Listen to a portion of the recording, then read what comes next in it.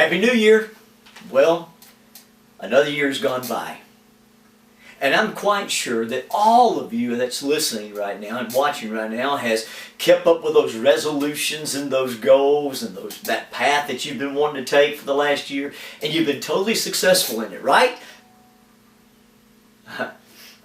No, not even me. You know, there were things that I was wanting to do last year, and I was so excited about becoming accomplished in that, and some of those things just, fell right through the roof, down through the floor, down to the basement, and actually into the ground. Some of those things that I wanted to do. And I wasn't quite successful. But I've got a new year. I've been blessed to start off with a brand new year. And in that new year, I'm looking at making some of those changes. Just like you. Resolutions, goals, things that you want to be more successful at in life. For example, I'm quite sure that some of you want to get in better shape. That's one of those resolutions. Maybe you want to read the Bible from cover to cover. That's a really good thing as well. Maybe you have one of those resolutions of running a marathon. Maybe you have a resolution of being kinder, loving people more. Well, let me help you with one true resolution that's not really a resolution at all. We need to make a change in our life with our attitude toward God. You see, we need to understand that He is the Almighty and that God controls and rules our life, and we need to obey what His Word has told us to do. You see, in the book of Deuteronomy, chapter 6, He makes that comment to us when He says this to the children of Israel. He says, "Hear, O Israel, the Lord our God is one God.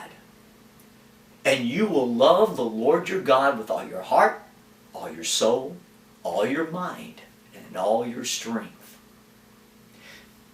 One thing that's pretty unique about that is that was a command that was given unto the children of Israel.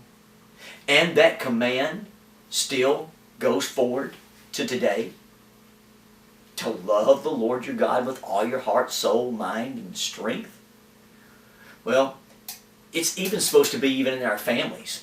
Loving with each other. Husbands, loving your wives.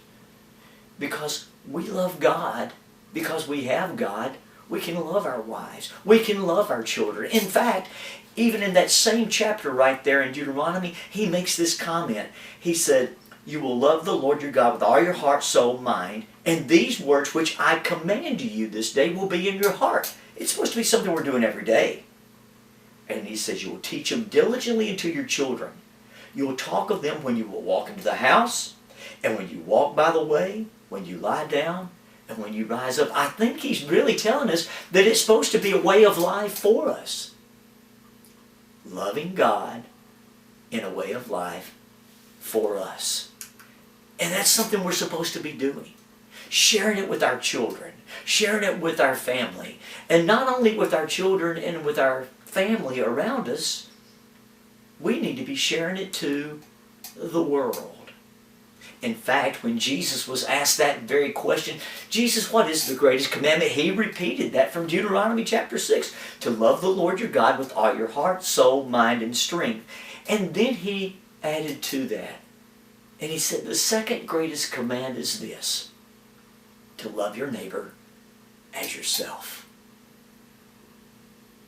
We need to love the world, and we need to be a light that the world sees in us. Sees the love of God. In fact, we need to be such a powerful light that people know that we are absolutely consumed by God. Because you see, it is because of God that I have a great family. It is because of God that I belong to a great church. It is because of God that I am what I am. And that's a Christian. You want a good resolution for this year? Consume yourself with God. Consume yourself with the love of Jesus. And let them abide, consume you.